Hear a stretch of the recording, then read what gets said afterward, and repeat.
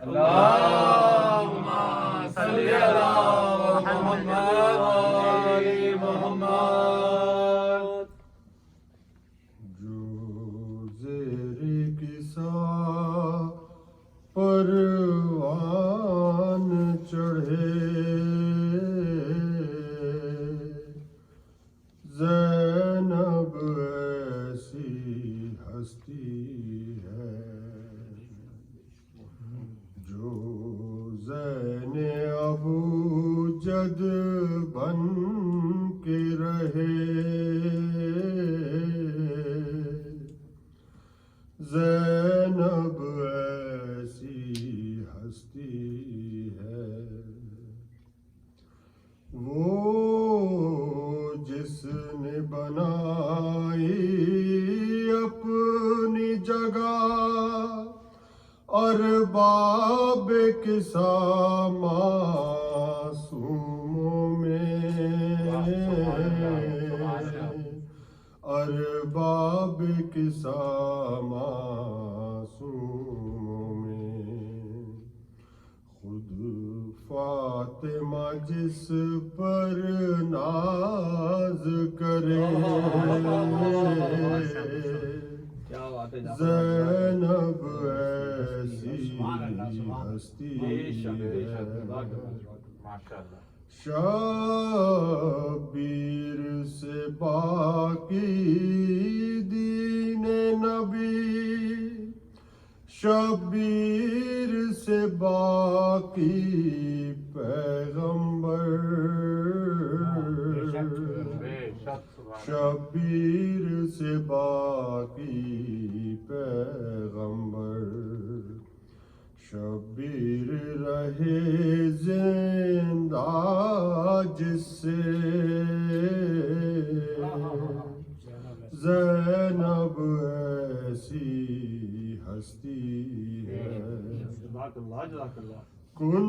کنبے کی حفاظت بھی کرنا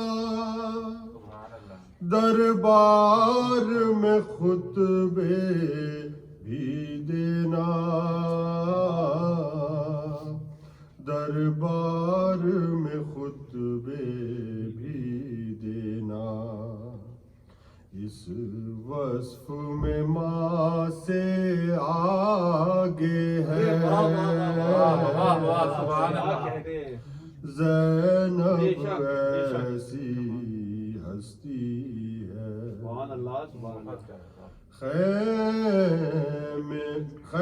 خیموں کی حفاظت کی خاطر ٹوٹا ہوا ایک نیزہ لے کر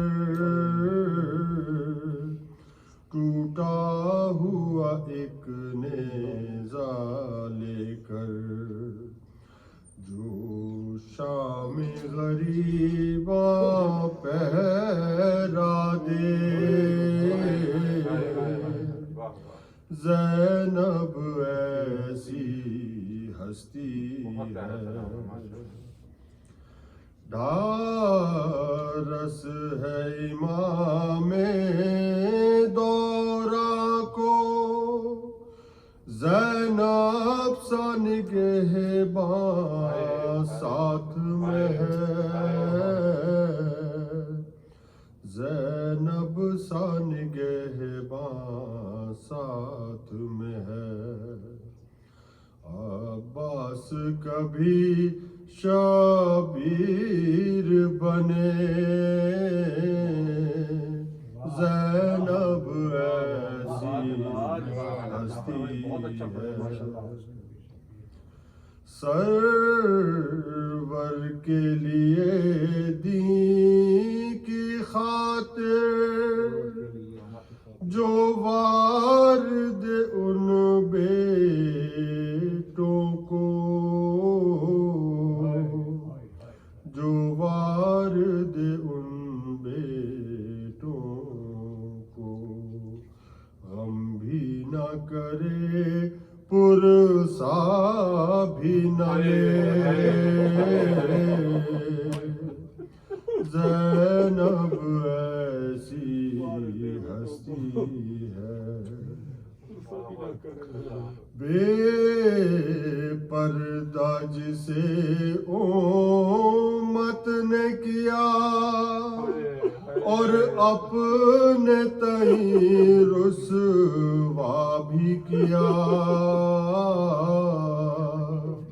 اور اپنے تئیں رسوا بھی کیا جو امتیوں کا پردہ رکھے زینب ایسی ہستی ہے ہر چند ہوئی تشہیر اس کی بازاروں میں درباروں میں بازاروں میں درباروں میں چہرے کو چھپایا بالوں سے زینب ایسی ہستی ہے گو ہاتھ پسے گردن ہو بندھے اور کہنے کو قیدی ہو بھی اور کہنے کو قیدی ہو بھی جو گرتے ہوں کو سہارا دے زینب ایسی ہستی ہے مختار ہے وہ مجبور نہیں چاہے تو بدل دے پل بھر میں چاہے تو بدل دے پل بھر میں حالات جو سبتے جعفر کے زینب ایسی ہستی ہے صلوات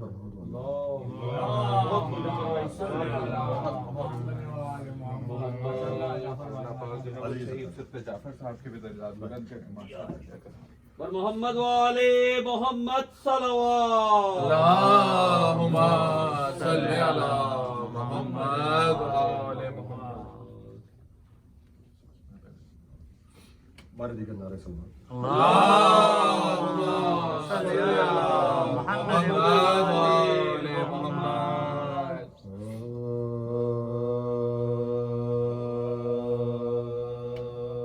سجاد جب دوبارہ اسیر جفا ہوئے سجاد جب دوبارہ اسیر جفا ہوئے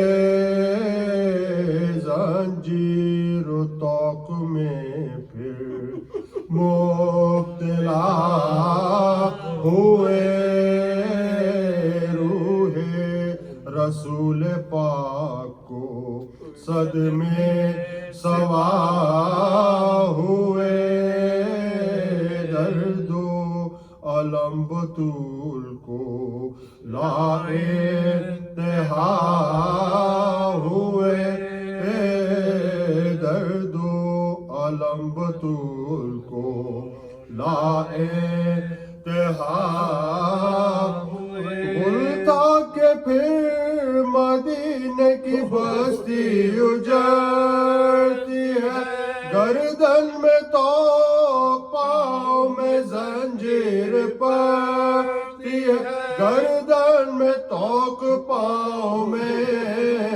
زنجیر پڑتی ہے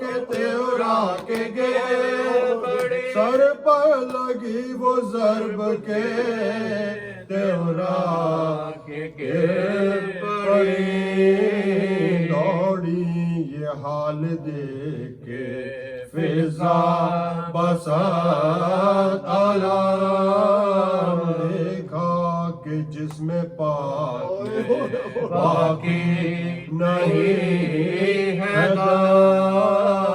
دوڑی وہاں سے پیٹتی سر وہ اسیر عابد کے پاس آ کے پکاری بچاش میں نام عابد کے پاس آ کے پکاری بچاش میں نام جنت میں سوگوار شہ بہربان جلد آئیے کہ زینب دلگیر مر گئی جلد آئیے کہ زینب دلگیر مر گئی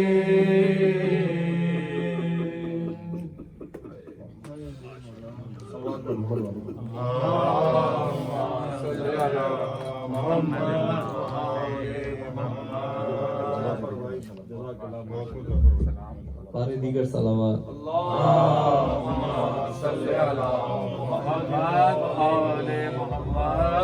جزاک اللہ ماشاء اللہ ان تمام ذاکرین کی صحت و سلامتی کے لیے ایک مرتبہ بلندر صلوات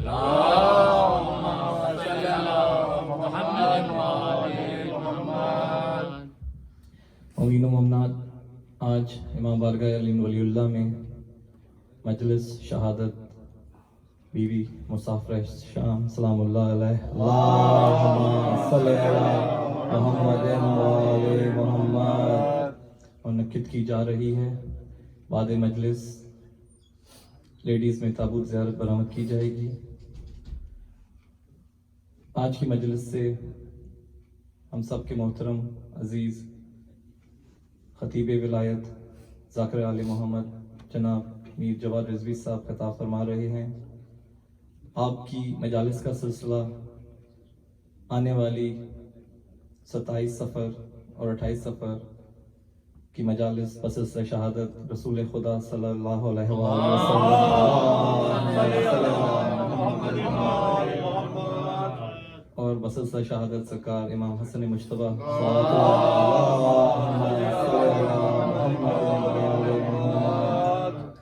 جو کہ 15 اور 16 اکتوبر بروز جمعرات اور جمعہ منعقد کی جائے گی آپ کی مجالس کا سفر ان مجالس سے ہوتا ہوا 3 ربیع اول بسلسلہ شہادت بی بی معصومہ کم صلوات اللہ علیہ اللہم صلی علی محمد و آل محمد سے ہوتا ہوا ان ایام عزا کی آخری مجلس بسلسلہ شہادت حضرت امام حسن عسکری صلوات اللہ علیہ اللہم صلی علی محمد و آل محمد جو کہ 7 ربیع اول کو منعقد کی جائے گی 3 ربیع اول اور 7 ربیع اول کی مجالس کی انگریزی کیلنڈر کی ڈیٹس مون سائٹنگ کے ساتھ آپ لوگوں تک اپڈیٹ کر دی جائیں گی ان تمام مجالس سے ہمارے محترم وکیل آل محمد جناب میر جواد رضوی صاحب جو خطاب فرما رہے ہیں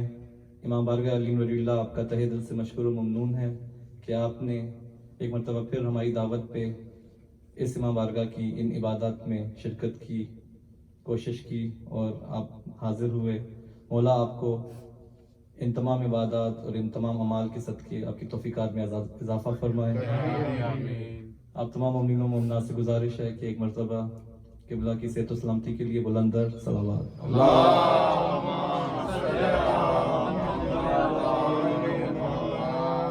اب میں ملتمس ہوں جناب میر جواد رضوی صاحب سے کہ وہ زیب ممبر ہوں اور مجلس اعزاز سے خطاب فرمائیں صلوات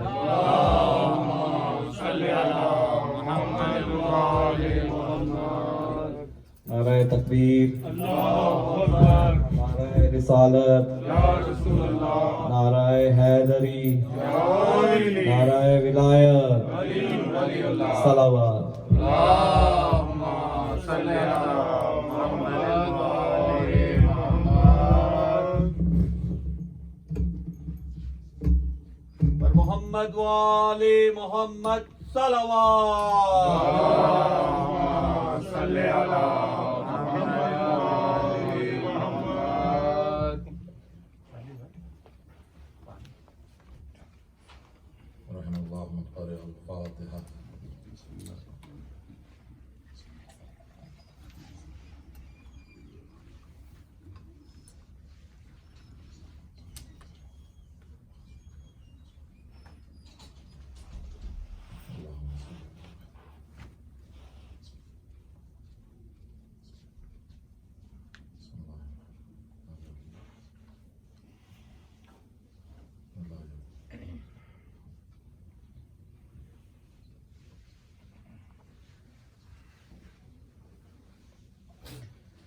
ولا قوة إلا بالله العلي العظيم. أعوذ بالله السميع العليم من الشيطان اللعين الرجيم. بسم الله الرحمن الرحيم. الحمد لله الذي لا يبلغ مدحته الخالدون ولا يحصي نعمه العادون ولا يؤدي حقه المجتهدون. الذي ليس لصفته حد محدود ولا نعت موجود ولا وقت معدود ولا أجل ممدود. أول الدين معرفته وكمال معرفته التصديق به وكمال التصديق به توحيده وكمال توحيده إخلاص له وكمال إخلاص له نفي الصفات عنه. ولشهادة كل صفة أنها غير الموصوف ولشهادة كل موصوف أنه غير الصفة. والصلاة والسلام على سيد الأنبياء والمرسلين خاتم النبيين الرحمة للعالمين بالقاسم محمد. اللهم صل على محمد وآل محمد. الصلاة والسلام على مظهر العجائب مظهر الغرائب اسد الله الغالب غالب كل غالب امام مشارق والمغارب مولانا ومولى الكونين بالحسنين علي بن ابي طالب. اللهم صل على محمد وآل محمد. لعنة الله على أعدائهم وقتلتهم أجمعين من يومنا هذا إلى يوم الدين. أما بعد فقد قال الله سبحانه وتعالى في محكم كتاب المبين. بسم الله الرحمن الرحيم. قل إن كنتم تحبون الله فاتبعوني يحبكم الله ويغفر لكم ذنوبكم والله غفور رحيم. صلوات پڑھ دیجیے. اللهم صل على محمد وآل محمد. حضران عالی مرتبت، عزیزان گرامی، سورہ آل عمران سے مشہور و معروف آیہ مجیدہ آپ کے سامنے تلاوت کرنے کا شرف حاصل کیا ہے. اس آیہ مجیدہ میں تمام مسلمین کے لیے یہ دعوت فکر ہے کہ ہر کوئی چاہتا ہے کہ وہ اللہ سے محبت کرے اور اسی کے نتیجے میں وہ یہ چاہتا ہے کہ اللہ بھی اس سے محبت کرے. اللہ کو خوش کرنے کے لیے، اس کی رضامندی حاصل کرنے کے لیے مسلسل اس کی عبادات میں متوجہ ہو کر بارگاہ خداوند عزوجل میں ہر طرح سے اس کے امور کو قبول کرتا ہوا ایک ایک عمل بجا لاتا ہے، اس غرض کے ساتھ کہ اپنی محبت جو اللہ سے ہے وہ ثابت کرے اور اس کے نتیجے میں